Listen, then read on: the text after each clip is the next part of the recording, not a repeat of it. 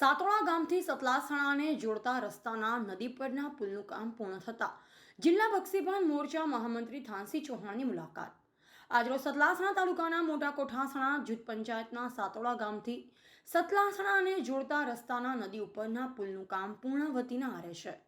આ ગામના લોકોની ઘણા વર્ષો જૂની માંગણી હતી, જે આ સરકારે પૂરી કરી અને 80 લાખના ખર્ચે પુલ તૈયાર થઈ ગયો છે, જેથી ગામના તમામ લોકોમાં હર્ષની લાગણી પ્રસરી હતી, જેનો તમામ શ્રેય નર્મદા નિગમના વીવી રાવલ સાહેબ, માનનીય સાંસદ ભરતસિંહ ડાભી, ધારાસભ્ય સરદારભાઈ ચૌધરી અને અજમલજી ઠાકોર, વિનુસિંહ ચૌહાણ તથા બક્ષીપન મોરચાના મહામંત્રી થાનસી ચૌહાણ અને સતલાસણા પૂર્વ સદસ્ય અમૃતભાઈ નાઈ વગેરે તમામની અથાગ મહેનત રંગલાઈ છે.